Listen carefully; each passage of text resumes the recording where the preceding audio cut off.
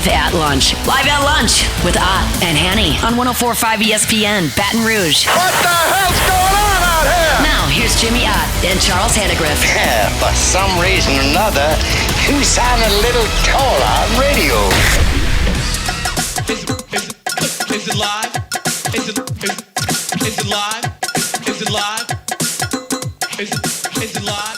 From Rufino's on Highland Road, welcome to the Friday edition of Live at Lunch. 104.5 ESPN Baton Rouge. Charles Hannegriff along with Jimmy Ott. Jordan Kinch is back in the studio. Friday means we'll hear from our friend Chris Massaro. We will hear from Troy Macker. We'll hear from Bruce Marshall. I'm ready to give Massaro a little beef, man. A little beef? What's your beef? Well, no, he lives too good of a life, man. Shoot, oh, man. envy. Yeah, okay. yes. He's it's. Yeah, Charlie, San Diego's a nice place, man. Just in. I understand, and when he gets tired of that, he goes to Vegas. Yeah, you're right. It is a nice life. I know. Yeah, when he gets bored. Yeah. Okay. Get that. Yeah. Envy's good. That's fine. That's accurate. That's good. Championship weekend. Jaden Daniels with a chance to take Washington to the Super Bowl. Long shot history. They would be the biggest preseason long shots ever to reach the Super Bowl. What was New England when Brady went the first year? And what was the Rams? The Rams are who they would take over. They were Rams like 200 to 1 to win it, huh?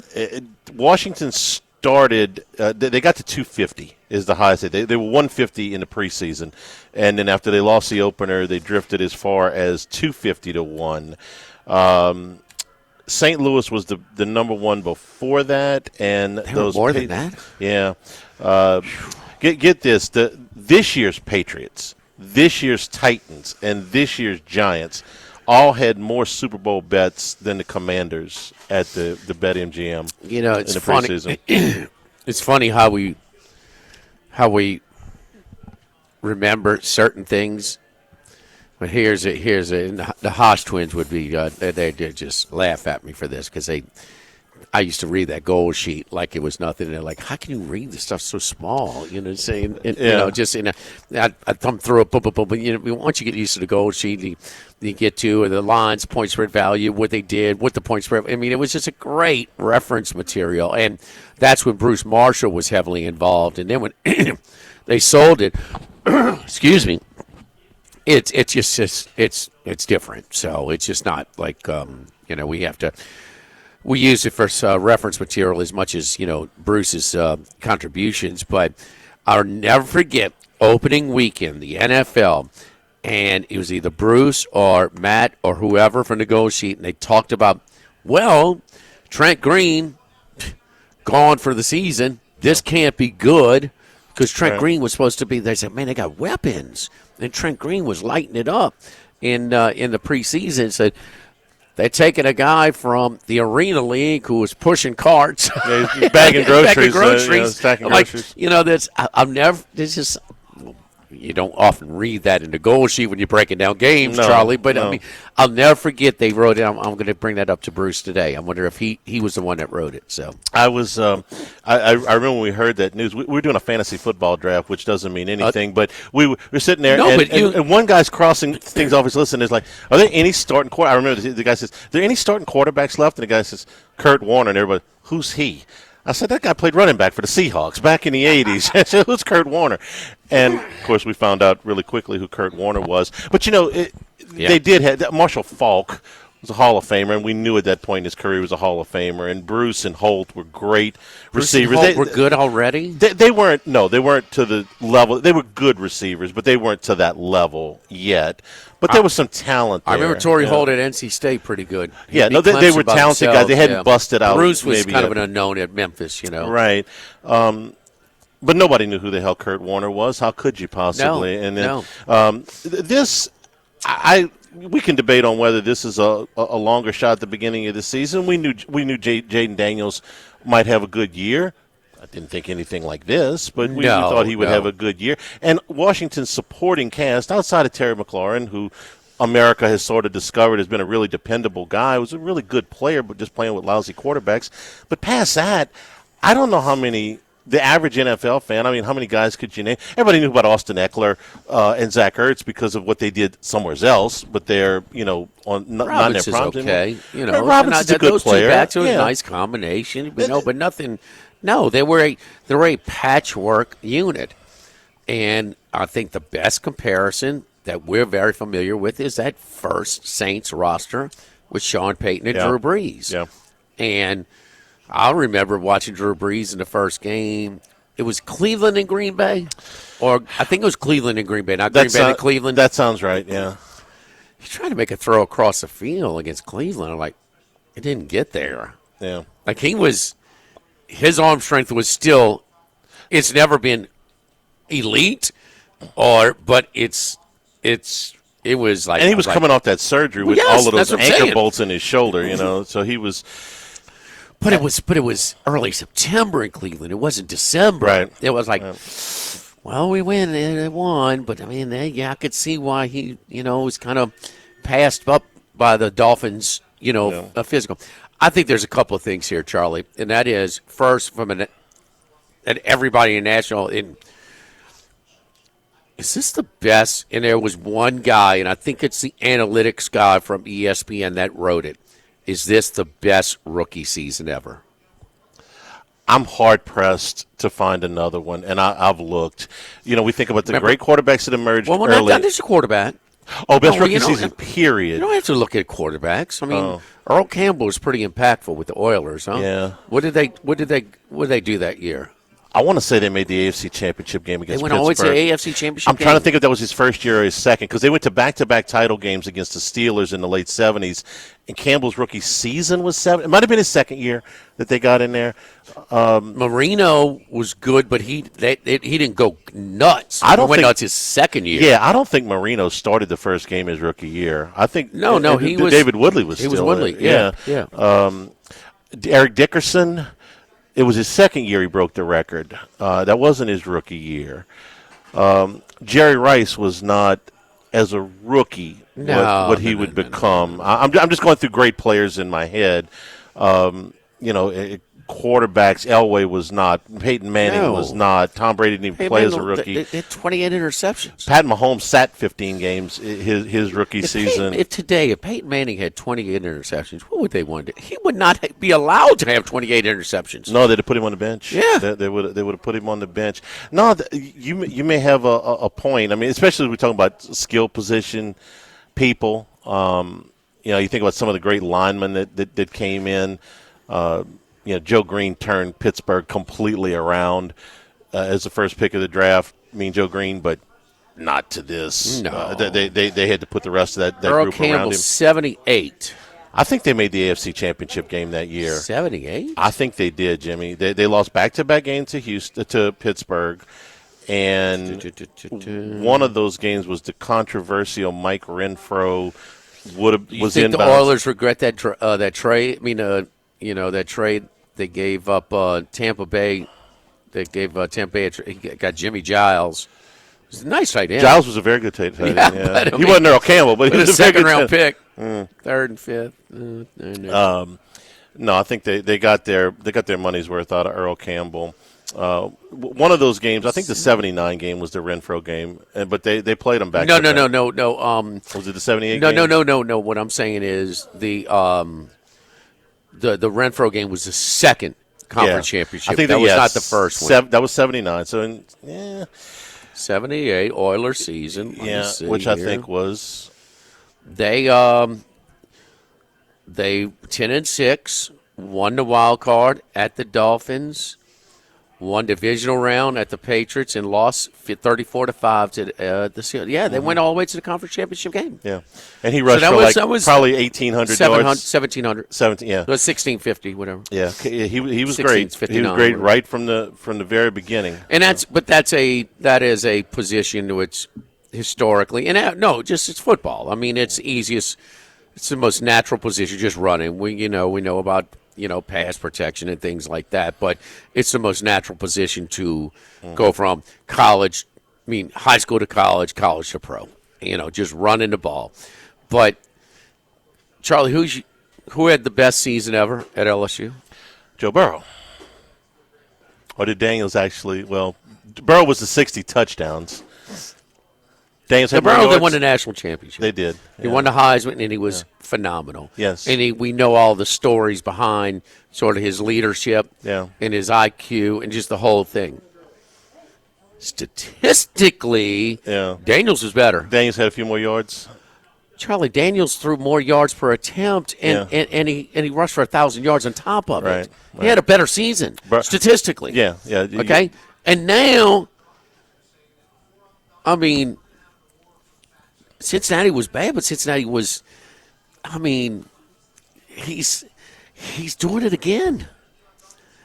I mean, you can't compare Burrow's rookie season to Daniels. He got hurt. I get it, but I mean, they fell off. But I know it's sacrilegious around here. I get it. You know what I'm saying? Because you asked me, Burrow's the best. I'm going to say Burrow's the best player ever come through here. Mm-hmm. I'm going to say it. You said it. I'm going to say it as well.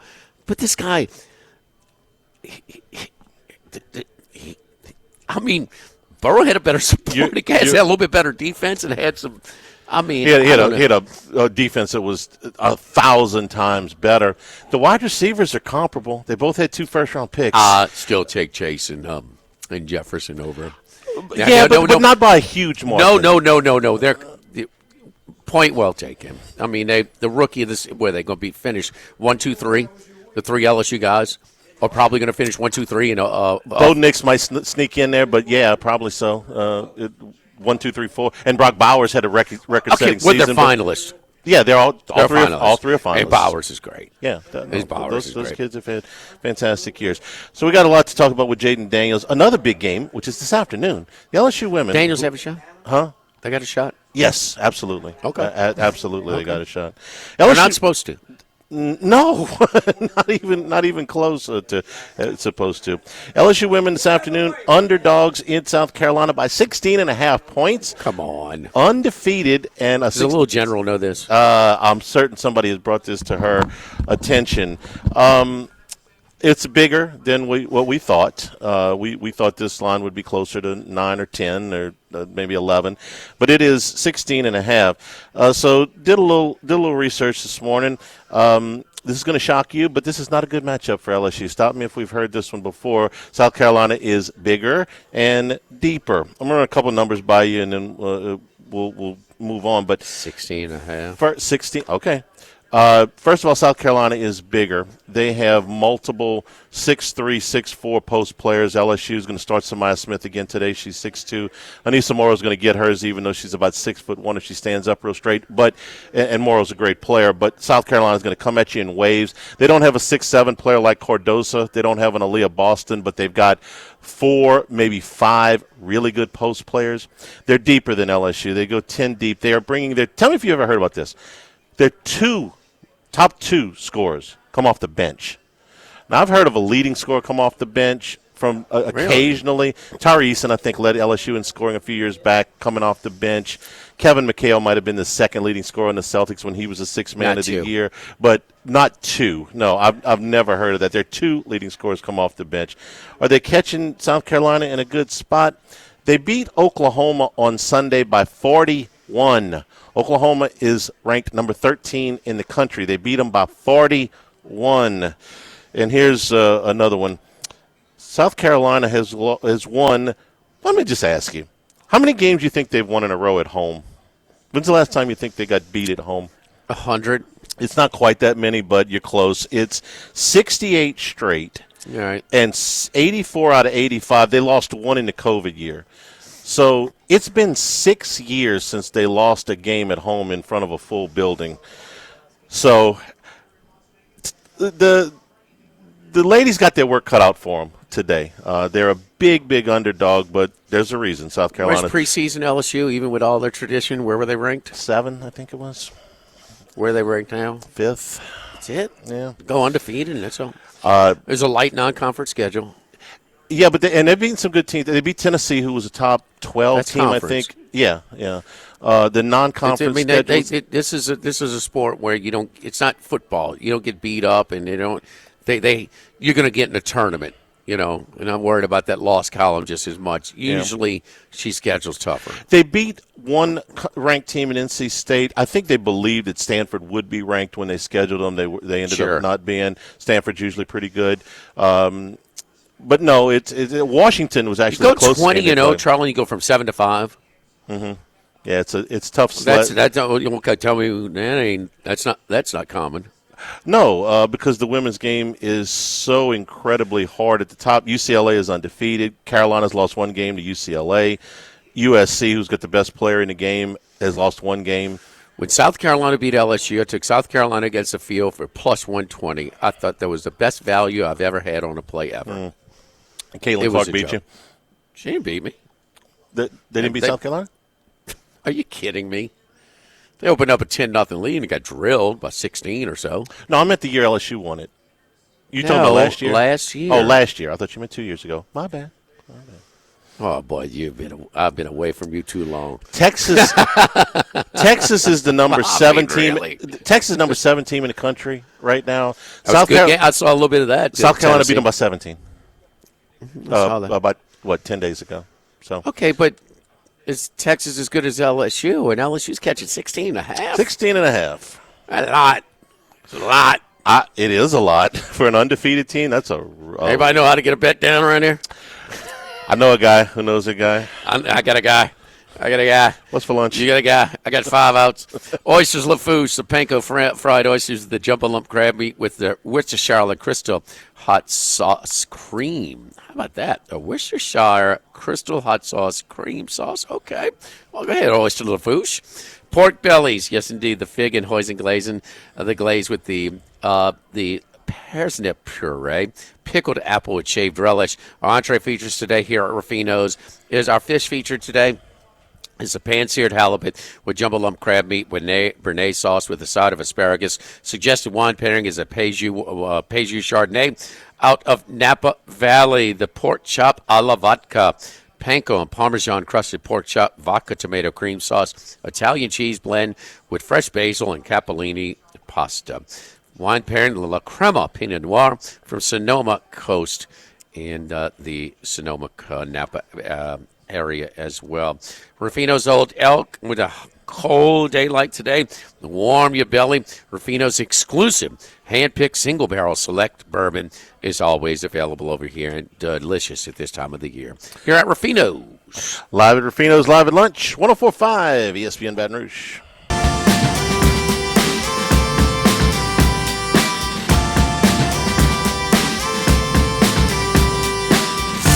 Live at lunch with Ott and Hanny from Rufino's on Highland Road on 104.5 ESPN, Baton Rouge. Remember, you can always get the show on demand, LouisianaSports.net. Let me get to this guy. I was going to get to this guy. LouisianaSports.net, 1045ESPN.com. And now Jimmy Ott would like to fuss at our guest. Come on, Chris. What's up, buddy? I said, man, Charlie goes, well, what you got with Chris? I said, he lives a damn perfect life. I'm envious. I mean, San Diego, Pacific Beach, Del Mar, and he gets bored, he goes to Vegas. We're on fire. We're on fire right now, Jimmy. We're on fire. Chula Vista is on fire. The border's on fire. LA's on fire. I'm getting my my own personal sprinkler system ready to go just in case the fires come to the beach. I'm going to be the last house standing. It's crazy out here right now. Seriously, it's spreading like threats all the way down there. Is that what's going on? Well, the fires from LA aren't coming down here, but there's a massive. I mean, we don't have to get into the whole situation, but these fires are. We'll just say they're not just spontaneously just popping up. I mean, it's some crazy nefarious stuff going on, and there's just a lot of. I mean, it's just unbelievable, and the wind does make them go a little crazy, and it makes them hard to put out. But it's just if they didn't start in the first place, we'd be in better shape. Well, I mean, a 15-minute drive, maybe 20 to Torrey Pines. That's the scenic route. I saw those cats dealing with that wind yesterday. That was crazy. Yeah, they shut it down early. Yeah. I mean, that was. And they moved the Genesis there for next month. But I mean, I watched the Buick, or it's now the Farmers. I mean, I've taken.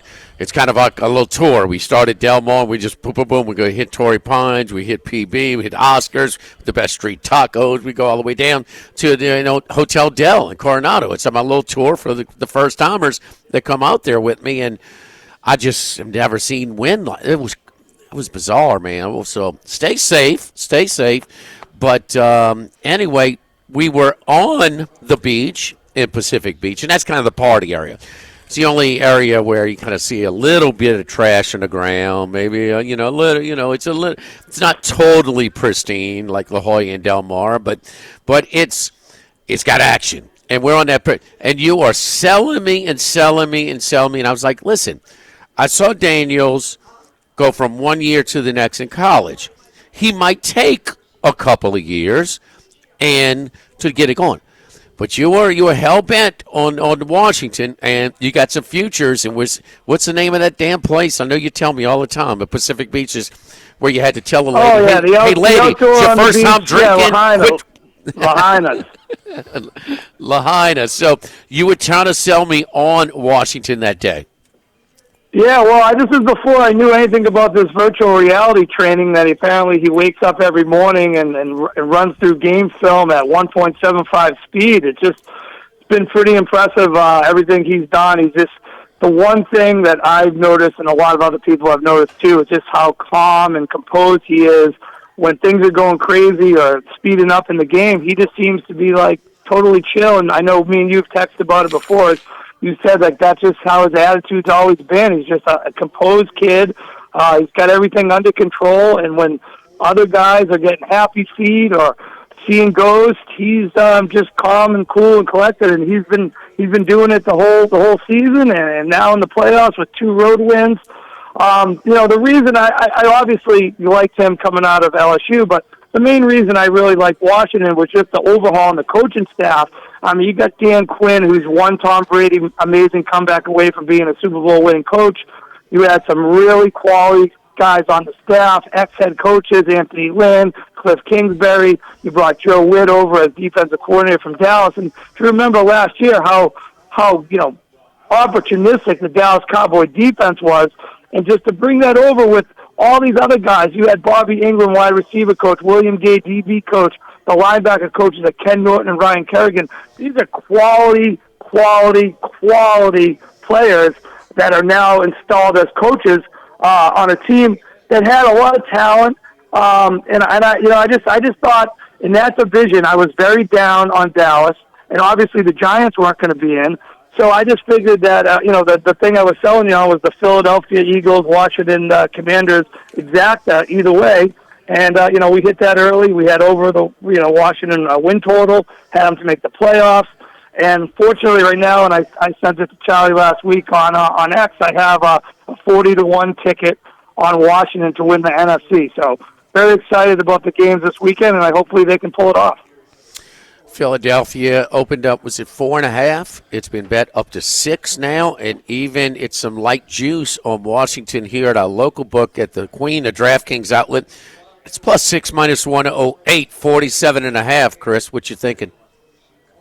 Well, if I didn't have the future, I would definitely be leaning towards Washington. I just think, looking at how Jalen Hurts looked at the end of that game where he could barely walk off the field. He got his legs trapped underneath him, both of them on that one play. And, everyone says he practiced fully yesterday, but we'll see. I don't know. They're not usually running those practices at full speed.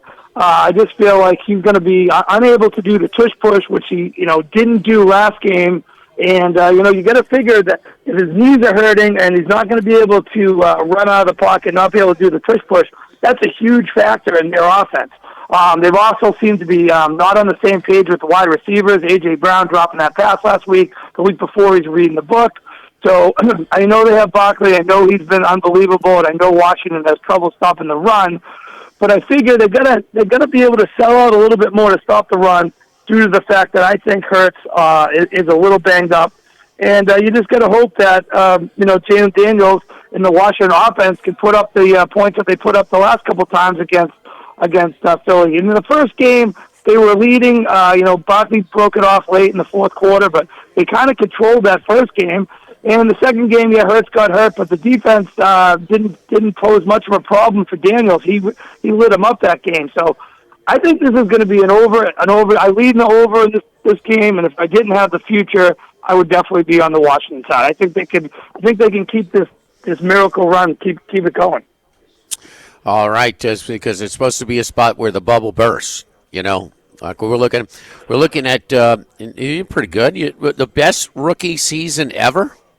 Most impactful rookie season ever. I got to go back to 1978 with Earl Campbell. He's a rookie, and the Oilers actually went to the conference championship game against the Steelers. Now, running back is easier for a player to break through from one level to the next. Highs go to college to pro, but he certainly was as impactful or close to it. This is hard for a quarterback. As impactful. I agree, but I've also seen another quarterback. It wasn't his rookie year; it was his second year, as calm and composed as Daniels, and that is Mr. Tom Brady, who was able to take his team that was a 200-1 start, rookie, games, and they were in the same type of record. They ended up 11-5. They won a road game at Pittsburgh. They were in the Super Bowl against the Rams, and they were 14-point underdogs, and they got the victory. It was the same type of gritty defensive coach, Belichick and Quinn. I'm not saying it's going to happen, but at this point in the season, nobody's a rookie anymore. You won 2 road games. They weren't fluky wins. They just dominated the best team in the NFL for the past 2 seasons, the Detroit Lions. I am not putting anything past Daniels, his coaching staff. Yeah, maybe Barkley runs for 200 yards and it's a blowout, but I don't think it's a bubble burst type of situation. I think this is going to be a tight game throughout. I would definitely take the points, and I think they can still. I could still see him winning. And if I didn't think they could win, I would have took the cash out that DraftKings has offered me, which I'm not taking. So let's go, Washington. Let's see if they can pull it off. Here's one we missed. Somebody just sent me this. Randy Moss, rookie year. Oh, Randy Moss, yes. No. Randy Moss, third in voting for the MVP. Yes. Vikings went 15-1. That one's in the conversation. No. Randy, maybe the best. 17 touchdowns, receptions, led the league, third highest in receiving yards, third in the voting for MVP. That's when they lost to the Falcons. They were 15-1 in the regular season. Those are the three. Mm-hmm. Just stick to the program here, sir. We're not trying to slide in second-year quarterbacks. And I was in the Superdome, okay? Chris, have you missed this? I mean, hey, the cheapest ticket, it was 9/11. But they were selling tickets for $50 on the street. You could walk right in. I was right there. I actually got a friend of mine worked for a company that my friend worked for, and he was friends with Shane Matthews, the ex-Florida quarterback, who was the backup for the Bears at the time. And he gave us his 2 tickets for free. They were way up top, but they were in the end zone where Vinatieri kicked the field goal. So as soon as it was off his foot, I knew we won. And wow, what a night on Bourbon Street! I didn't even have a place to stay. But that was when the winning kicked off in the Massachusetts-Boston area. That was the first one, and I'll never forget it. And I'm just telling you, there's crazy things that happened to Jaden Daniels beating the Eagles on Sunday. All right, Buffalo, Kansas City, or some college basketball tomorrow. We're up against the break. Who we got? Listen, no one wants to see Kansas City in there, but I am a little nervous. They got a couple of injuries. Taylor Rapp's already out, the strong safety. They got their right corner, Christian Benford. He's questionable. Nickel corner, Teron Johnson's questionable. Milano's questionable. I just don't know. I just think I don't know. Kansas City's not playing great, but they seem to always win. I'm not rooting for Kansas City, so I would kind of pass on this game. Maybe you do like last week. I advised do a teaser either way with whoever you like, with maybe the over in the Washington Eagles game.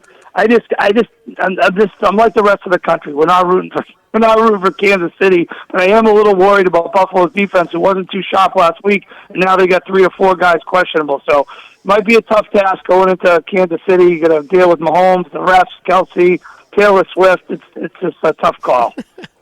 Oh, they're bringing in reinforcements like they need them from Caitlin Clark as well. There you go. I got a basketball game for you tonight, though. This number opened 4.5 Purdue, and they're saying probably Purdue, they're not going to lose 2 in a row at home.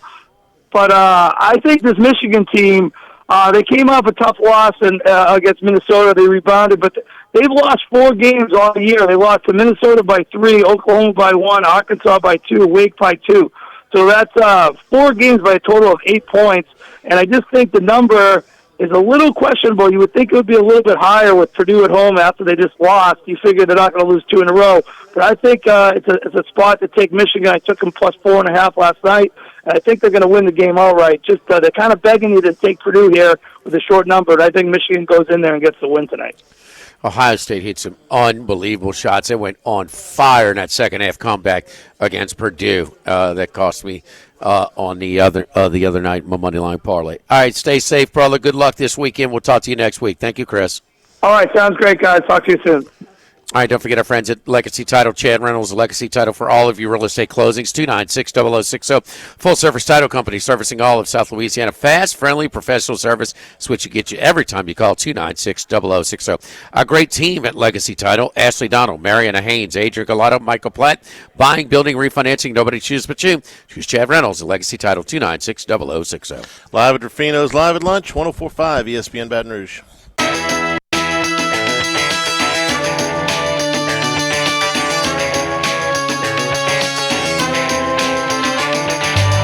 Jimmy, Charlie, and Troy. 3 best buddies sitting around talking sports bets. Let's welcome in Troy Macker from Bet Rivers. All right, Troy, role reversal. We're shoveling snow down here, and you're getting ready to cheer on Jaden Daniels in a big game this weekend, huh? Yeah, y'all excited up there? Yeah, just a little bit. It's a very unique scenario for us. There's just incredible amounts of joy, happiness. Everyone's getting excited. And again, it's been 33 years. You know, I was 6 years old the last time they were in a spot like this. I barely remember it. This is the most anticipated football game in 3 decades. It's probably the biggest Commanders-Eagles game of all time. Couldn't pick a better opponent for such a big game. There's a lot of rivalry between Philadelphia and Washington, so just super excited from a fan standpoint. You think they got a shot? How can you not? After how they played over the last 6 weeks, I think it comes down to the health of Jalen Hurts. I think it comes down to how the Commanders, try to defend Jalen Carter with Sam Cosmi not being in the lineup on the offensive line. I think it comes down to how they defend Saquon Barkley, who's been just a freak this season, and especially the last 2 weeks. But the Commanders have played so well, and they've won close games, and Jaden Daniels has looked every bit the part of future MVP. How can you not think that they have a chance? Certainly, they're 6-point favorites, so they're not expected to win, but they were, 10-point underdogs last week. So I don't know how you can't have at least a glimmer of hope, even if you're not a fan of the team, that they can win, because all they've done is win games over the last 6 or 7 weeks, and they've looked very impressive doing it. There's no doubt. Philadelphia's got the better defense, but, the Skins, Commandos have a better quarterback right now. Yep. No, they got the much better quarterback. His point about Cosmi, Jalen Carter's a problem, okay? Yep. I mean, he is one of the most disruptive interior defensive people in the league right now. So he dictated how that first game went on Thursday night in Philadelphia, where they rushed 4, got pressure with 4, and therefore they could show extra attention to McLaurin, and he had 1 catch, 2 targets. Well, what happened the second game? He played. They marched down the field. What happened there? So I think there's two important things. One, it was at home. It was a far more important game for the Commanders at the time than the Eagles. Certainly, it was every regular season game is important. And 2, I really think that Jalen Hurts getting injured changed the complexion of that game. There was no rhythm on either side of the ball for the Eagles. I think the Eagles were kind of shocked by that, and not just for the game, but the prospect of losing Jalen Hurts for multiple games. And the Commanders were able to dictate that game. They really shut down Saquon Barkley, but I think it did bleed over into the defense, where the momentum shift. You now have all the things going right for the offense. You can lean heavily on what the Commanders have done well, which is long drives. So I do chalk a lot of that up to the Jalen Hurts injury. And I think playing in Philadelphia is a far more difficult task than playing at Northwest FedEx Field, whatever they're calling it nowadays. Charlie, we were together watching a game with Mahoney and his legendary bartender, Squirrel, who Squirrel will drive you absolutely crazy, but he was the first to alert us that Jalen Hurts may have been concussed. But do you remember what I pointed out to you? That A.J. Brown, I said, Charlie, look what he's doing. He is putting his book back in his book backpack. Yeah. He is putting the book away. He's about to get targeted. Kenny Pickett threw Jim Troy like 8 straight down. 15 targets in I that mean, game. 15 targets in all. Kenny Pickett just went right at him and said, you ain't reading the book today, man. We're throwing to you over and over and over. Unbelievable. So, but how is it, man? Man, people got to be – Snyder's out, the new owner. I mean, they're chanting the owner's name. How often does that happen in sports? Rarely. You know, they I say can't the ever owner's name remember in DC a lot. It's just not for the right reasons. And you know, I'm not an overly religious man, but it's hard not to think that there's something else at play here. You know, that this is a team of destiny. You know, yes, Daniel Snyder was ousted before last season, but he still had his head coach. He still had his GM. They still had quarterbacks and draft picks that under the Snyder regime. This is the first full year where there's no stench of Dan Snyder. There's no fingerprints. They've all been cleaned and washed. And the Commanders are one game away from the Super Bowl. I have to think that there's some otherworldly spirits taking place because it just makes too much sense, right? This line is moving up, Troy. What is it? All Eagles action that we're seeing at Bet Rivers right now? No, not really. You know, 65% of the money and 57% of the tickets is on the Eagles to win. But right now, 66% of the money and 68% of the tickets are on the Commanders. So even from on the spread, standpoint, okay. Yeah, on the spread, it's 66% of the money and 68% tickets on the Commanders. You know, right now they're +6. It's been at +5.5. I really haven't seen it at +5 or +7, and I would be surprised if it gets to 6.5. Buffalo, Kansas City. Where's the money? Split? No, it is pretty heavily on the Bills, at least the cover. You know, split money on the money line, 53% of the money, 53% of the tickets on the Bills. But as on the spread, 70% of the money and 67% of the tickets on the Bills to cover. That is pretty strong for a playoff game between teams number 1 and number 2 in the playoffs. So, and over under 65% of the money, 79% of the tickets on over. Just very fascinating because no one was backing Buffalo. All the money was on the Ravens last week. And now it's the road team Buffalo going into one of the hardest places to play against a team they haven't been able to beat in the AFC Championship game. So a little surprised that there's such a strong backing of the Bills, given that all the Chiefs do is win, especially in this spot. Can I ask you guys a question? I know this is 2 now, but if it pops back to 1.5, I get this question a lot.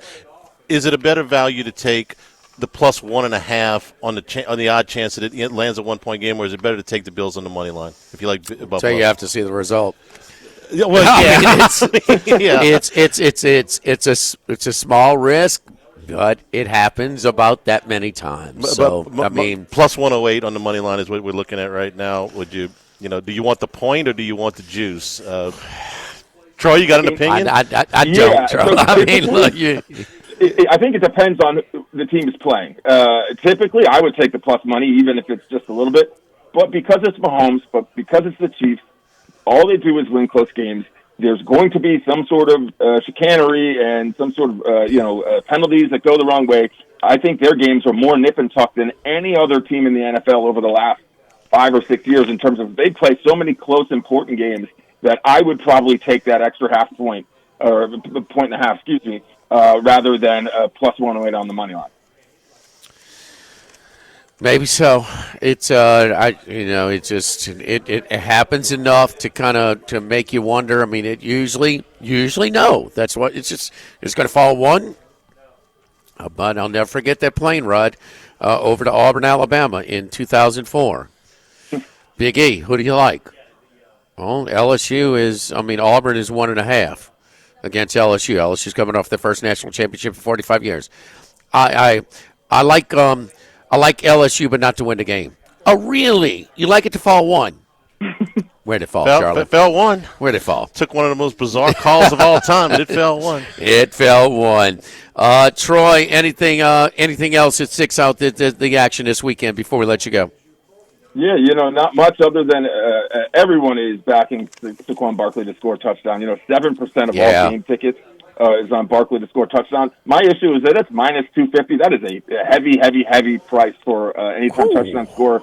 And as long as Jalen Hurts is healthy, if unless Saquon is ripping off 25, 50-yard touchdowns, which he's done, if it's in the red zone, he's not going to get touches. If it's on the goal line, you know where the ball's going, and it's not Saquon Barkley. So there are enough scenarios in which he won't be the person to score the touchdown, and that is such a short price at minus 250 for a touchdown score that I would probably stay away from that, unless you're going to parlay. Follow Troy on Twitter at Troy Macker. That's Machir. Troy, enjoy the Skins, Commanders, Washington football team. Enjoy the game this weekend. We're pulling for y'all, man. Thanks, guys. We'll talk to you soon. All right, at Lofton Staffing Services, we match hard workers with the most sought-after employers. To Lofton, you're more than just another employee. We care about your interests. We'll match you with a company that needs your skills. You can complete an application, schedule an interview, even browse jobs at lofton.jobs. Lofton also offers an unlimited $100 referral bonus. Lofton Staffing Services, we've been putting people to work since 1979. Lofton Staffing Services, 924-0200 and lofton.jobs. Live at Rufino's, live at lunch, 104.5 ESPN Baton Rouge. Live at lunch. Thibodeau Store and ThibodeauStore.com. You have one of those tool sheds or maybe in your garage. It's just an absolute mess. You got stuff thrown out all over the floor, all over tables. Take control of your cluttered garage with shop storage and organizers from the Thibodeau Store. Racks that you can hang all of your tools on to go up on the walls. Lots of shelving and storage space available at the Thibodeau Store. When you shop online, you're going to get online specials that are available from the Thibodeau Store. Your small heaters are on special right now, 15% off. Extension cords, 30% off right now. Channel lock toolboxes, 25% off right now. And so many services that go along with your hardware stores, but with a little bit of an extra touch. Key cutting, paint matching, propane services, screen and glass repair. Thibodeau Store, 900 St. Patrick Highway in Thibodaux. Online, find them at ThibodeauStore.com.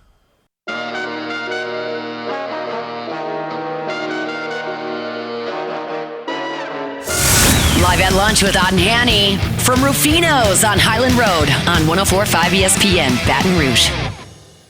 Back here at Rufino's. Here's an interesting note for college basketball tomorrow. Janai Broome is a game-time decision for Auburn tomorrow against Tennessee. Don't rush him back, man. That's what Bruce Pearl said. Come on, Practice Bruce. Yesterday, wants to play. Of course he wants to play. Yeah, he does. You're the adult, Bruce. We were expecting him back middle of February, this is 3 weeks.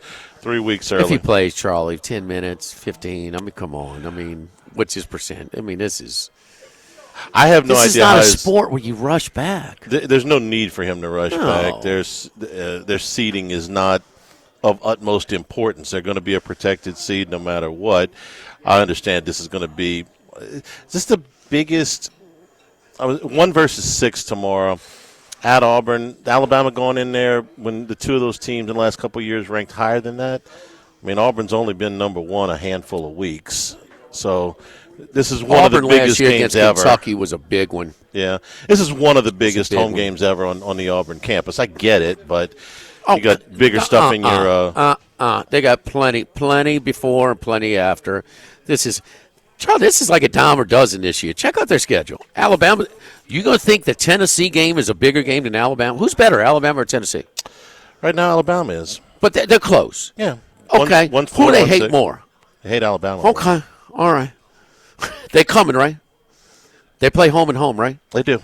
This is not the biggest game on the season, much less before or after. I'm not the one trying to play him. Bigger fish to fry, Bruce.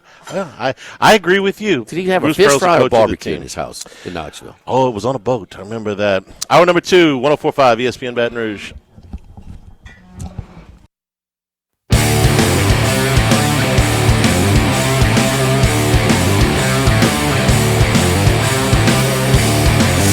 Live at lunch Lunch with Ott and Hanny from Rufino's on Highland Road on 104.5 ESPN, Baton Rouge.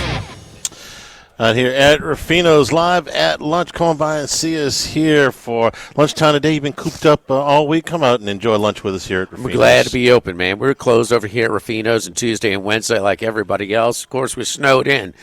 We're like Bruce Marshall in Switzerland, just snowed in over here. So Rufino's, our appetizer features today, the oysters Lafouche. Panko fried oysters with the jumbo lump crab meat with a Worcestershire and crystal hot sauce cream. Pork belly, our signature dish over here, award-winning signature dish with the fig and hoisin glaze, parsnip puree, pickled apple, and shaved radish. Entree features today, our fish is a pan-seared halibut with jumbo lump crab meat with béarnaise sauce and a side of asparagus. Suggested wine pairing is a Peychaud Chardonnay out of Napa, and the pork chop a la vodka. Panko and Parmesan crusted pork chop, vodka tomato cream sauce with Italian cheese blend with fresh basil and capellini pasta. Wine pairing, the La Crema Pinot Noir out of Sonoma Coast. Is that with Johnny Vodka? Was that his name? Who was the guy? That was him. The one that got sold opted out about 5 weeks into his Circa Survivor. Did we ever find out if he got any money? Did they? This is named after him. Pork chop. Yeah. A la vodka. Bruce Marshall joins us right now. Brucey, how you doing, buddy? Well, I'm going to come have lunch with you guys one of these days. That sounds too good every week. But your weather this week, if it's going to snow in Baton Rouge, it's going to snow in Biloxi and Destin, Florida. I was going to blame that on Ohio State winning the national title. But no, I blame it on the Dodgers winning the World Series, okay? Look what happens when the Dodgers win. All of this weather, all hell breaks loose, snowing in Baton Rouge. So I blame the Dodgers. Well, the Dodgers are they're just piling up again, huh? Just loading up the roster even more. They've signed a few more guys. So Japan's been a nice farm system for them. Yes, it certainly has. They've always Bruce, with the Dodgers history with Fernando. Remember, they had the premier Mexican or Latin American scouting service when it was basically just go and find. They have a little bit of history in this, and now it's shifted to the Asian parts. Well, yeah. Now, they're bringing Sasaki over, but Mike Brito was the guy, with Fernando and bringing involved with him coming up. So, I got a few more months to worry about baseball. Then the Dodger hate will really rev up, but it's still there. It's just been a little late in the last couple months, but it's still there. Bruce, you're our historian, and we have been throwing it around. Jaden Daniels with Washington. They were 4-13 last year. He's going to be Offensive Rookie of the Year. He's had a great season there in the conference championship game. I remember Earl Campbell. The Oilers were not great the year before. He got them to the conference championship game, different position, but he rushed for 1,700 yards. The Rams, Eric Dickerson. They were coming off that strike year, so it's kind of a funky year to come off of. But he rushed for, 1,800 yards, and they got to the divisional round. Lawrence Taylor, they won a playoff game that year from the defensive side. And even Ronnie Lott, the most impactful or best rookie season or combination of the two ever in the NFL. It could be. And Randy Moss. I forgot Randy Moss. I'm sorry, Randy Moss, too. Well, they went 15-1 that year. Yeah. Well, let's also let's limit it to quarterbacks too. And Daniels he's quickly becoming like my favorite quarterback I've ever watched. He is really, he's close to Elway and already. But I'm going back in quarterbacks, their first year. Quarterbacks. I'll go back 60 years on you here. The only one, Dak Prescott had a pretty good rookie year with Dallas in 2016, but he was just a bit player. Wasn't a bit player, but that was a run team with Zeke. Everything else was working. He also got knocked out of the playoffs right out of the box. Sanchez and Flacco got to the conference title game as rookies, but they were just sort of secondary components on teams that ran the ball and used their defense to get there. Big Ben got to a conference title game in 2004. He did a little bit more than Flacco and Sanchez did, and he looked like he belonged, but not quite like Daniels. They ended up losing that game to the Patriots. I think you have to go back to 83 when Dan Marino was a rookie for a quarterback to come in and look this good. But remember, Marino joined a team that had been off a Super Bowl appearance, and he didn't start for about the first month of that season. That was the old LSU guy, David Woodley, starting. And then Marino took over, but then he got knocked out of the playoffs in the first round. I maintain you've got to go back to Joe Namath in '65. And yes, I was young, but I remember, who looked like he belonged in pro football and totally comfortable as a rookie. Marino, too. But I'm going back to Namath now for a rookie who looked this good and this comfy running a team as Daniels does. He is something special. And we mentioned last week when I was talking to Charlie, he's impervious to the pressure, it looks like. I mean, he just kind of smiles at it, and he's infectious. And I heard that about him at Arizona State, and you guys probably heard that about him at LSU. Players like him, and they rally around him. I think he's just a joy to watch. If he would struggle, we'd be saying this guy doesn't even give a crap. I mean, he's wired like that. The poise aspect doesn't surprise us. And you know what's funny? That's the one that Max brought up as well. 65 Joe Namath season, Charlie, with the Jets. So you know why I think that why I think the demeanor works so well? They respect his work ethic. They don't. If you get a guy that looks relaxed out there and it could be he doesn't give a crap. Well, that's not the case with this guy. They see that relaxed demeanor, but they know it's the result of the preparation. He's good, and no, of course they respect his work ethic, and he's had to work on it. But it's also he gets it done, man. He's just kind of but it's you know he's the anti-Burrow, and listen, he admitted I kind of got tired of hearing it because. I mean, Burrow is, and look, Bruce, before we started the show today, Charlie, favorite player ever played for LSU. Just stored his Joe Burrow. Come on, Joe Burrow. Well, this guy had a better season statistically than Joe Burrow. He had more yards per attempt. Now, he didn't win the national championship, but statistically, and throw on 1,000 yards rushing in that year on his way. You win the Heisman Trophy, Bruce, you know this, and you got 3 losses, you really got to be good. You know, as opposed to just being the team on the way to the national championship game. And Burrow is the best. And we're kind of LSU football historians, and this is the best we've ever seen. And this guy statistically trumped it, and now he trumps him in his rookie season. Yeah, Burrow got hurt in Cincinnati, but he's better. He's better. He's more impactful, and he's got us kind of stretching. And that's why Max did a hell of a job bringing up Joe Namath at 65. Well, he watched Joe Namath, didn't he? Yes. Yeah. He remembers Joe Namath. Joe Namath joined him on the levee with his little cardboard box with the snow. You know. I'm sorry. What's that, Matt? So Broadway Joe and Burbank Joe. Yeah, it's so rare for a rookie. I mean, you think about all the really great quarterbacks who didn't make much of an impact at all as a rookie. LSU-wise, how about Burt Jones? Took him a couple years in Baltimore to get going. I mean, he wasn't, 73. I think he was maybe splitting time with Marty Domery as a quarterback. I mean, he didn't take any as good as Burt Jones was.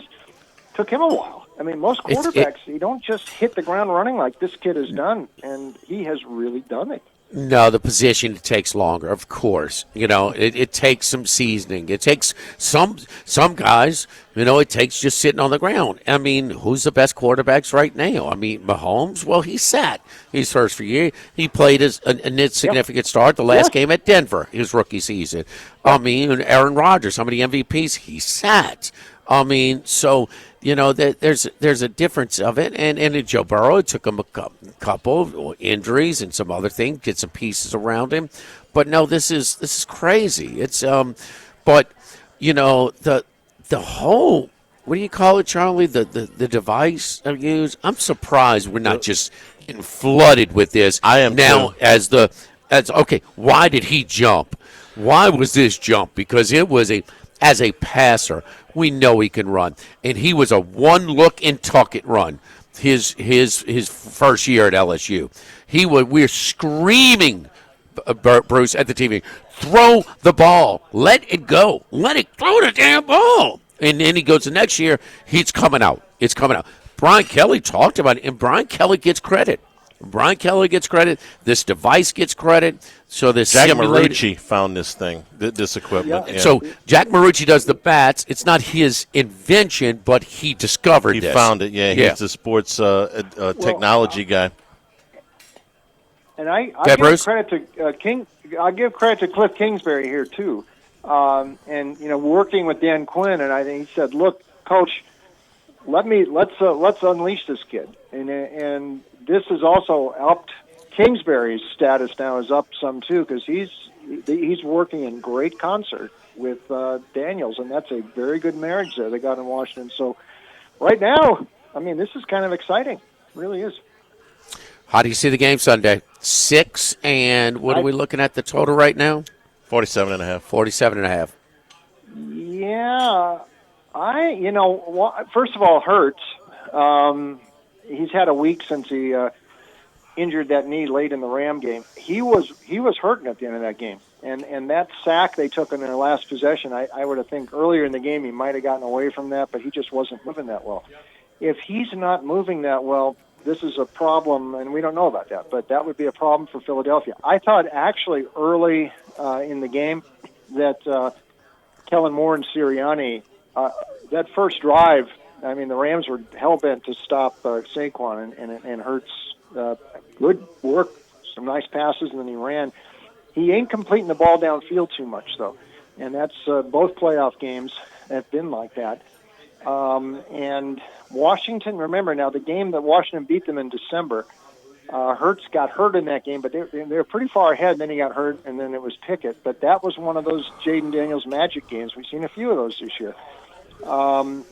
This team is so playing with I haven't seen a team play with house money like this since maybe the Titans that year, 5 years ago. They made the run to the AFC title game, but this is a little bit different. That was a lot of Derrick Henry and some of Tannehill. This is a lot of Jaden Daniels and his magic.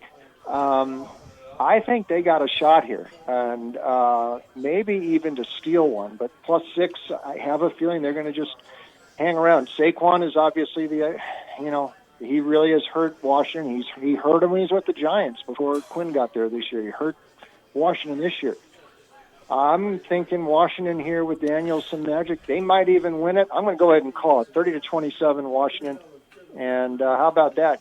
Wouldn't that be a story for the ages, this team coming out of nowhere with Daniels? I think it might happen. The house money, since you brought that up, Bruce, where would you put the 2006 Saints?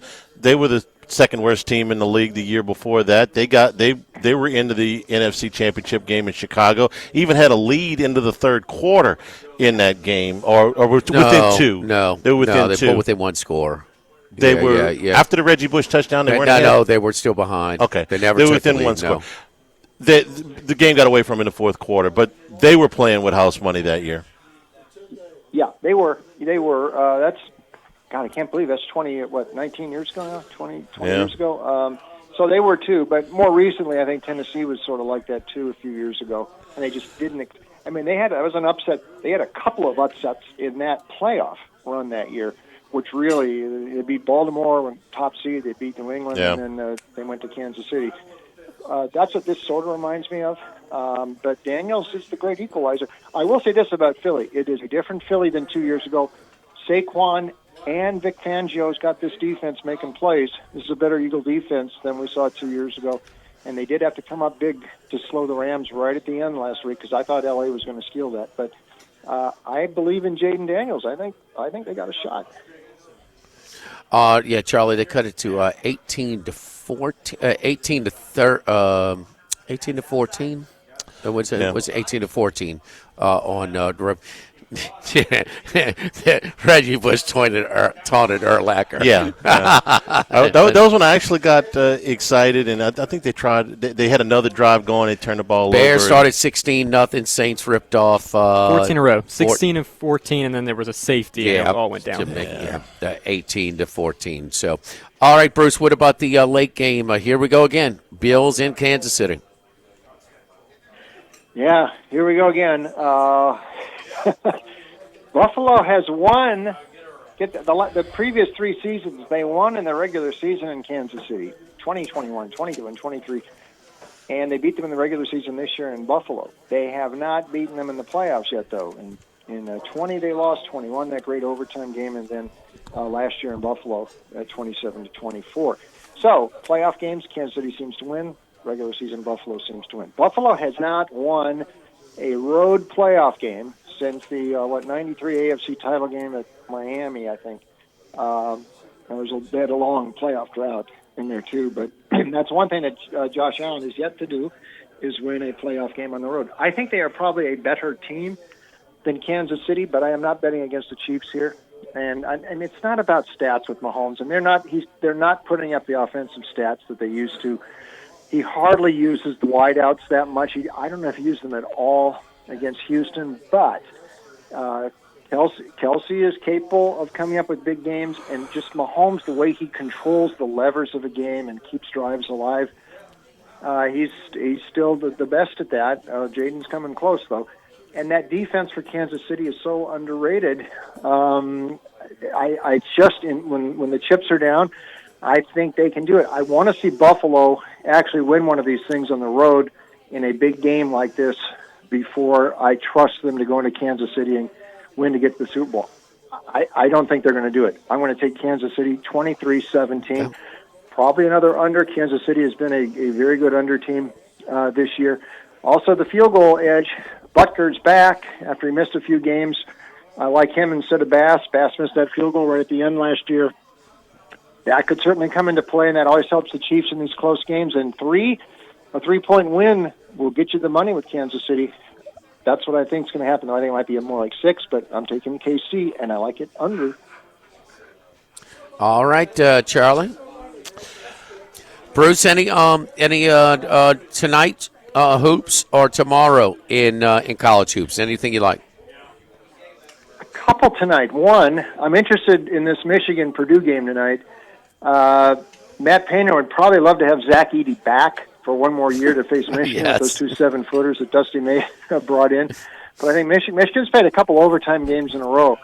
But I like it. Getting you probably around 4 tonight. I think Michigan's worth a look. Purdue is good, but the Big Ten schedule thus far has broken pretty nicely for Purdue. They do have some losses this year. I think Michigan's worth a look. Here's my special one for tonight. Under the total, Chicago State at Stonehill. Look, it's in the low 130s. Look at Chicago State's offensive numbers. This is historically bad. Charlie? They are the 354, 355 in scoring, and 355 in shooting percentage. That's the bottom. And they've got this thing in the low 130s. They played a game, Fairleigh Dickinson, the other night, went 58-48. I can't believe they got this number in the low 130s. They just played a 120 with Stonehill last week. So I might go with the under there. Real quick in the MAC tonight, Kent State is at Ohio. Kent State has played 6 MAC games, and the road team has won every single game. Talk about an oddball trend. I don't think that continues tonight. Ohio U looks like they put some things together. I will take Ohio U in that one. Kent State's not shooting that well. In the SEC tomorrow, take your pick. There's good games everywhere tomorrow. I will say this about the SEC. The other night, 3 meltdowns in those games. The Ole Miss game, the South Carolina game, and the Georgia game, all, really, really, tough losses there for those teams with the lead. I'm curious about South Carolina. They're not that bad. They've been competitive at home. They've yet to win in the league. Their point guard's been hurting. Mississippi State comes in tomorrow. But it's not going to be easy. I think South Carolina might hang in there. And, of course, Tennessee and Auburn tomorrow night. I'm not that, even without Janae Broom. Auburn just keeps going. So I might lean that way a little bit. All right, Brucey, great stuff as always. Thank you, buddy. We'll talk to you next week. Good luck this weekend. Thank you, boys. All right, Bruce Marshall with us each and every Friday at this time. Don't forget our friends at Total Maintenance, South Louisiana, one of South Louisiana's oldest and largest AC heating and heating companies since 1980. Service today, every day means same-day service. Call today. Get service today. Factory authorized dealers, Carrier, American Standard, Dakin and Reen products. We've been telling you, try and get those heaters checked again for this time. And right around the corner, we're talking about getting those AC units checked as well. Mention my name, Jimmy Ott. Half off of diagnostics, including after hours, holidays, and weekends. We have membership programs that cover all the services that we offer with discounts and extended warranties. So, hey, we make sure we know when it's time for your unit to be serviced. So when we get out of this freeze spell, this snow spell, and get back into it before we get into really warm temperatures, that's the time to get your unit serviced. get it cleaned. It's going to save your month. It's going to lower your monthly bills. It's also going to extend your unit for the lifetime as well. Nobody wants to replace a unit. And keep in mind, too, that, we got to tax those things, so before it gets hot, get those things checked in the next coming weeks. Give them a call here in Baton Rouge, 480-1000. 480-1000, total maintenance. Live at Rufino's, live at lunch, 104.5 ESPN Baton Rouge.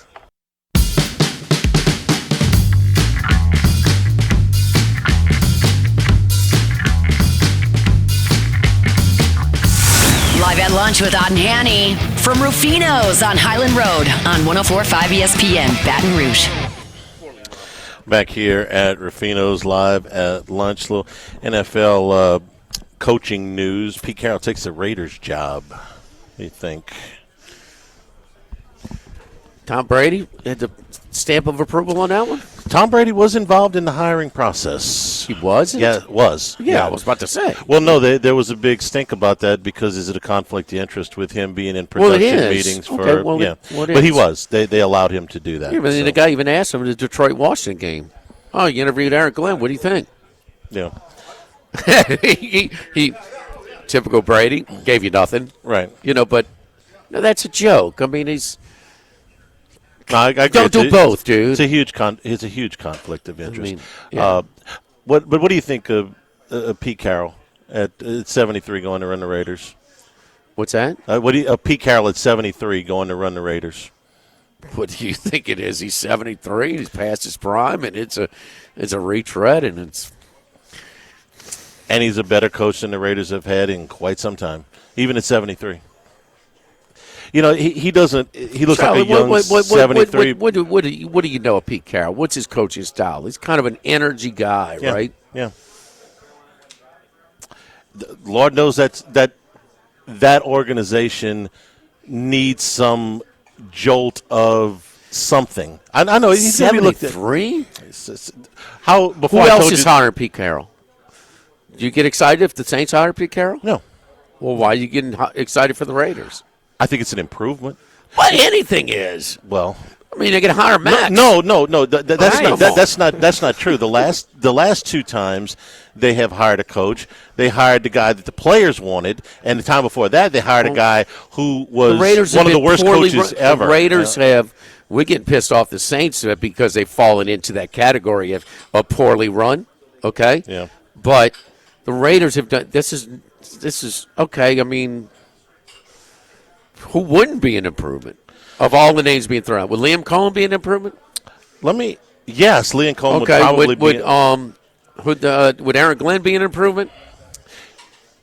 Probably, but I don't. But those two guys are. Here's you giving them credit for being an improvement. I'm giving them credit because they hired Josh McDaniels, because they hired Antonio Pierce, because they hired Tony Soprano. They hired Dennis Allen. I'm giving you the last 10 coaches, John Gruden, Gruden 2.0, if you will. Even Del Rio didn't win over there, and he had been successful. At least give me somebody that I know is not. Okay, how much is because they had such poor ownership that nobody was going to win there? Well, that's a lot. That's a big part of it, and that's why with the Saints, there's two spots left. This and the Cowboys, and we said this at the beginning. This is no big. The Saints' job was the worst job out there. It was worse than the Jets, and you got to really try hard to be worse than the Jets. Who's most culpable for that? The general manager, right? General manager, and he's still there, right? He is, and he's so not wake me up when they ready to move on, and that's why. And so you're going down the Raiders' path. Here's my thing, okay? You can't get rid of the owner in Las Vegas, and you can't get rid of the GM in New Orleans, okay? So what is your best course of action, okay? If that's a given, they should fire Loomis for that. No kidding, but she's not going to do it. So what do? You hire somebody who's got enough gravitas and enough respect that the general manager might actually listen to him, okay? That Mark Davis might not take it from Antonio Pierce or Josh McDaniels, but if Pete Carroll tells him, hey, you know what, dummy, let me run the draft and let me run practice and let me run free agency and all that stuff, and you stay in your damn owner's box. The guy that's cutting his checks, he's going to call him a dummy. Well, he's going to be nicer than I am, but yes, point is he might listen to him. The reason that Mike McCarthy might make a little sense in New Orleans, and yes, the program is doomed as long as Loomis is there, is Loomis might actually – if McCarthy says, I want to take this guy instead of your guy, Loomis might actually listen. McCarthy makes more sense than Carroll. Well, he's 12 years younger than him. Yeah, but a lot of people say, well, he's a retread, and he's this, and he hadn't won one playoff game in the last 5 years. But if you go with a fresh coach, which there's a reason that the slot machines with the big shiny numbers get more attention than the blackjack table that has better odds, because everybody wants to hit the jackpot. Everybody wants to go hire another Sean Payton. The odds are against that, because Loomis is not going to listen to any first-time coach. He's just not. He'll say he will, but he's not. So you hire somebody that's actually got a resume that may be able to get Mickey off of, hey, I want to trade 4 draft picks for a first-round pick. That's where we are, huh? Yes. Yeah, it is. And that's why I'm bored with the Saints. Wake me up. I mean, it's a crappy organization. Miss Gale's one of the greatest people in the world, but she's not a good owner right now, and that's just the brunt of it. And I mean, there's not a track record that Mickey Loomis has done with the Saints that would survive any other place. That he's family there, and so there you go. It's a compromised organization. And when you compromise, I don't care what you do in life, you're not going to. And this is a highly competitive field. Is it unbelievable how many of these NFL franchises, organizations, these operations are compromised? It's unbelievable. Usually, it's the guy the owner who's mid-80s and like, hey man, I ain't got much left here. Now, I don't care. Now, hell with later on. You have had in the last 6 or 8 years a lot of franchises with those 80-something owners that have passed, and they have moved the franchise, and sometimes the inheritees, like in Houston, New Orleans, have kept it, and sometimes they've sold it, like they did in Denver. They sold it to the Walmarts, and so now they've got more money than they know what to do with. So the Washington owner's good, right? No, the new one, yeah. Yeah, that's what we're talking about. He didn't pass. Snyder got forced out, so that's a little bit of a different situation. Why is he good? Do you ever listen to him? He doesn't strike you like he's breaking down the league. No, he did what good owners do. Why is he good? You hire good people and you let them work. How do you know who they're good people to hire? You have to. I made all my money doing something else. Again, outside of football. I'll go back to the Tom Benson example. You can ask the league. The league will give you a list. How many people do that, Charlie? Probably of the current 32 owners, how many have called the league for advice? Don't necessarily have to go to the league. You can go to respected football people that are not currently with. How do you know who respected football people are? You can do a little research. I mean, they're not stupid. They're billionaires. Okay. I mean, they can go and say, hey, you know what? If I go talk to firm, they get a firm, huh? Firms have had a good track record, huh? Sometimes you got to be a little lucky, too. Yes. Because these people they're not in the business of being told what to do. They didn't get to where they are. The business acumen of other businesses does not work in the NFL. That has been proven time and time again. So you talk to the most respected people in your industry, and then you got to make a call. How does a guy from Washington know who the most respected people? Do a damn Google search. I mean, really? And that's. You can't. I'm saying there's a little trick. I mean, Jerry Jones played college football. You would think he knows. He's been in locker rooms. He understands, but he's more concerned with if it's profitable as a circus, because it's a glorified circus first, and then we'll worry about the football later. But he's considered a huge success because they hit him with the microphone and they got him everything, but they can't win on the field. Call Bill Polian. Call Jimmy Johnson. Say, hey, can I buy you lunch?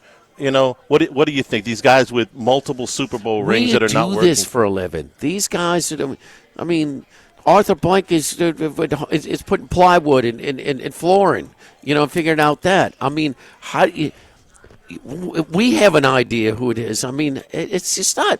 Sometimes you got to get a little bit lucky. My problem with the Saints is it's compromise, and they are in. Who are we going to get for coach? What doesn't matter? It doesn't matter. As long as you got the people put you. Why are they the worst? Why is it the worst job in the league right now? because of your front office. Because of the way your front office and your things. general manager has done it the same way. And he is Loomis did do his little press. Y'all kind of got a little run out of that, right? Where he like his end of the year address kind of deal. Yeah, it was, closing. Said what do they call this? Exit interviews. The exit media availability. Yeah. Okay. Did anybody ask him what they thought of where was Dennis Allen's next step to being Chuck Noll or Bill Belichick? He sure did that in front of a microphone last time. Well, let's see. The first thing he said was, we are not going to talk about our coaching search, and we're not going to talk about players because we haven't finished evaluations. And when they asked him about dismissing Dennis Allen, he said it was an organizational decision, and I'm part of the organization. You know what? Loosely translated, he wanted to keep Allen, which Allen has backed up in comments that he's made since then. So Mickey Loomis is absolutely the worst general manager in football. He's got the worst cap situation. He's got the worst roster. He's got the worst evaluation of coaches. I don't know what else I can say other than because they're not going to fire him, please can the next coach be somebody that he might listen to? That is my only hope, Obi-Wan. Well, if that's your hope, yes, a McCarthy, he would have a chance of listening to. And I'm not going to throw a parade for Mike McCarthy. I understand his shortcomings, but I don't think Loomis will listen to anybody else on this list. So if you want to continue kicking contracts down the road and trading up in the draft for one player, then take a shot that you might get a coordinator. Until you're trying, I'm sorry, and I know I might not be doing my job. Maybe there's listeners, man, I want some Saints info. I was talking to a great sponsor today, a long-time sponsor today. Man, what about the Saints? Dude, I don't care. I mean, you are LSU basketball to me. Yeah. I don't care. I'm apathetic. I mean, until you try, until you give yourself a better chance at winning, and I'll tell you this, name me a better person than Miss Gale. No, we but agree that on doesn't that. mean but Miss Gale. I mean Pope Francis or whatever. I don't necessarily need him running my football team. I mean, she's got to clean house, dude. She's got to clean house, and until she does it, and she's running the damn team, right? She owns it. Yeah. Okay. Dennis Lauch is running the organization. Okay, but I mean, I don't care if you go to Grandparents' Day for Loomis or Lauch's kids, at Sacred Heart. I don't care. That's compromising you. You can still go. Still go to Sacred Heart. It's fine. But I mean, the compromise, and until we get we got a guy who's on the job training at LSU basketball. Vandy. So you're a no on Pete Carroll, which is what I think I asked you to start. That'd be a no. It's what is it for me? Charlie, you got to remember. Really, he won Tom Brady a Super Bowl already. So he did. It was a nice call down to go. I was at the OC. Either way, you're the head coach. It's your call. Ask Marshawn Lynch who's I think the OC was calling that. Yeah, I don't think Carroll had anything to do with the play calling. Well, he had a headset on. He could have said, "Are you out of your mind? You're the bottom of Marshawn Lynch." Fair point. I won money on that. Oh, not me. Awful. Don't forget our friends at Los Reyes Mexican Grill on Lee, right across from Mike Anderson's, just off of Nicholson. Los Reyes Mexican Grill. They got a great selection of all your traditional Mexican favorites. You got a great happy hour. It's open 7 days a week, 2:30 to 6:30, Monday through Friday through Saturday through Sunday. Every day is a happy hour. Go by and check them out. Again, Scott and Kyle doing a great job managing the place. The staff is vendor-friendly, and you don't get that sticker shock when you get hit with your bill after you eat. Los Reyes Mexican Grill on Nicholson, on Lee, just off of Nicholson. Live at Rufino's, live at lunch, 104.5 ESPN Baton Rouge.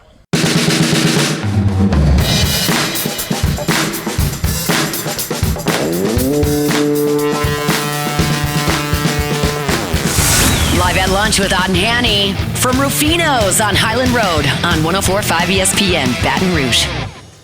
Today's show brought to you by Coastal Capital Advisors, because when it comes to retirement, no two situations are alike. Coastal Capital Advisors will tailor a plan for your family's needs. It doesn't matter what your age is. It doesn't matter your financial situation. The bottom line is Coastal Capital Advisors will work with you. They'll build a relationship. I know they have done this for me over many years, and they can help you as well. For more information, contact Philip Fontenot, his staff, 337-981-1376. online, coastalcapital.adv.com. Advisory Services, a New Edge Advisors, LLC, as Coastal Capital Advisors, registered investment advisors. Securities offered through New Age Securities, Inc., member FINRA, SIPC. SEC basketball tomorrow, Max. We got lines that have come out now for another big day in the SEC. What we're looking at? So the big game is Tennessee at Auburn. We'll see if Broome plays in this game, but we're looking at about 6.5, 7.5, depending on where you look, on Auburn at home in this one. 7:30 game, that one of the two late games tomorrow. What else we got? We got Mississippi State at South Carolina. We get that line yet? That's the first game up tomorrow. Yep, 6.5. 6.5. What else? Kentucky's at Vandy. Kentucky's 3.5 on the road there. And A&M is at Texas. That's a 1.5 point favorite for A&M. Texas is favorite, huh? I've seen Texas favorite. Okay, A&M both now? sides. Yeah, I'm seeing both sides there. Okay. A&M. Okay. And Georgia, Florida, 2:30 game in Gainesville. Florida about a 9.5 point favorite at home against Georgia. Tough one for Georgia the other night. Ranked teams in Columbia, Ole Miss and Missouri. Tough one from Ole Miss the other night as well. Missouri's good, man. Missouri's good. They seem to be undervalued for some reason. I mean, have they not been as good as Ole Miss this year? Yeah, I kind of don't put them quite up because I like Beard. I mean, I certainly like Beard more than Missouri coach. He's more accomplished, more respected. Charlie, that's what I found out when I Googled. Yeah. So, do a little research. Missouri, you think there's still some lingering effects? There's 6 games in now. Missouri was 0-19 in the league last year. So the first few games, I could see where they might have been undervalued. You should be getting the hang of it by now after they won 4 in a row in the league. Well, they're no. I mean, this is nothing. There's nothing that happened last year that factors into me evaluating Missouri or any other team in college basketball this year. I didn't mean you. You said they were undervalued overall. No, I think. Yeah, no. The odds make. Yeah, absolutely. Yeah, 100%. Yes, I do. I do think they're a little late to the party because, and I think Beard carries a bigger stick too. I think even some people that 2.5 point favorite at home against Ole Miss, so they're telling you Ole Miss is the better team on a neutral floor. And I think so, but man, these are 2 tough losses for Ole Miss. I mean, overtime loss, a rivalry game at the Hump. Now, I give them a little bit more respect. They actually covered in that game, and they were 5-0. But is it just A&M hit some shots at the end, or did Ole Miss fall apart at the end? That was a tough loss for them, where they led. A&M's first lead of the game was the final score. Yeah, and I mean that's tough. How big what was their biggest lead? Do you remember? 11-9, 9-11, around that range. It was enough where I hedged 70% of my bet. That's a pretty big. That's a pretty big lead to blow at home. Double-digit lead at home. Winning the whole. I mean, but they. I don't know. One you think definitely got away. How big an underdog is LSU tomorrow? We thought 15. There's no line. Ken Palm's telling you they're about 16 points different on neutral, but they tend to, these bigger spreads, they don't really value the home field as much, or they kind of cancel it out, I'd say. Wait, what? I find, so it's a 16-point spread difference in Ken Palm on a neutral. Do you think they're going to be 21? 16 on neutral? No, it's at Alabama. So it tends to not get all the way to 21 when it's that high. I see what you're saying. And yes, I would tend to agree with that. I mean, I think it's going to be about 15. If Ken Palm's at 16 already, might be more. 2 of the 3 games that they've played at home, they've won in blowout fashion. They crushed Oklahoma. I think that was 28, and then they beat Vandy. They covered that game by about 4, and then in between that they lost to Ole Miss in one of the more shocking outcomes. This is a garbage game. It's and what I mean by saying that is, I mean Alabama's going to name the score tomorrow. Right, but I mean, do they? What are they going to name? They're going to name 14 or they're going to name 21? Right, if they are 15 to 20 with 5 minutes to go, who's he got in? Who does? I mean, it's been a house of horrors, Coleman Coliseum for LSU. But this is a soft spot in the schedule. Will Alabama be a bigger favorite the rest of the season? No, not likely. Does South Carolina go there? They do not. So no. No, they've already gone to South Carolina. No, this is the biggest favorite they'll be the rest of the way. Only one more game in the conference, Oklahoma at Arkansas. Both teams off their first SEC win this season. Arkansas 2.5 Who'd Oklahoma beat? they beat? We know Arkansas came back at South Carolina. South Carolina, yes. The other night. At home by 20. So back last week, South Carolina almost beat Florida a couple nights ago at home. South Carolina, 3 of the 6 games, they've lost them all, but 3 of the 6 games they've covered. South Carolina played well. They're a capable team. They should have won that game against Florida. They were winning. I think they were winning to the final score. They're scrappy. Yeah, they're scrappy. But they've shown that they can compete. Also, I mean, they beat Clemson. Clemson's a good team, and they were right there with Auburn. And I think Broome was still playing in that game. Yes. They won that game by I think it was 3. So they're scrappy. Yes, a scrappy bunch. Don't forget our friends over at Total Diamond Performance. Total Diamond Performance, my buddy Matt Mastretta and his great staff. And, there's a big, exciting news that we got that Baton Rouge facility going. And now's the time to get in touch with Total Diamond Performance because this is the time where we start trying to look at some of the, right around the corner is starting tournament baseball. So get in touch with our friends over at Total Diamond Performance. That way they're going to give you detailed instructional stuff. It's not babysitting and going to help out your tournament, your youth baseball player or softball player get in with it. Again, Total Diamond Performance. Call Matt at tdpbaseball.com. Matt at tdpbaseball.com. Live at Rufino's, live at lunch, 104.5 ESPN Baton Rouge.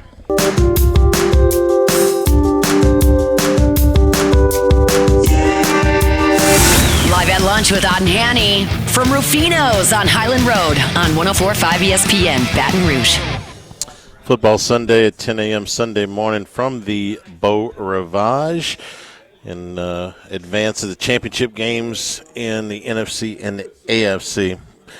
Jimmy, I'm not going to be able to be there on I'll be there on the phone on Sunday. Won't be able to make Monday's show, but, man, I want Washington. I think I'm going to say the same thing about Washington I said the first 2 games. I don't want to play the game because I just want to sit there and root for the Commanders. I kind of feel like I'm watching the Joe Burrow run in his Super Bowl year, where I just kind of sat back and rooted for the LSU guy. I think I'm going to sit back and root for the LSU guy because it worked in the first 2 games. Not much horse sense going behind that. Just more of an emotion thing. I want to see this guy, finish this thing out and make it to the Super Bowl. Yeah, but usually, Charlie, history tells us that the better quarterback loses to the best roster, and that's kind of what you're going with here. I mean, he's clearly playing so much better form than he is with than Hurts right now. But man, that roster for Philadelphia is really tough. And how are they going to slow down Barkley? I mean, the Rams are better defensively than Washington. They are. Barkley had 150 yards in the game that Washington won. So he can have a big game and he can still win. You starting quarter. That's you can't just ignore the fact that no matter what you think of Hurts and what you think of Pickett, they lost their starting quarterback in early part of that game. It's a great point. They didn't have a week to work at the 1 reps with the Pickett and the other ones. What if Hurts plays in this game as a starter the way Pickett played in that game?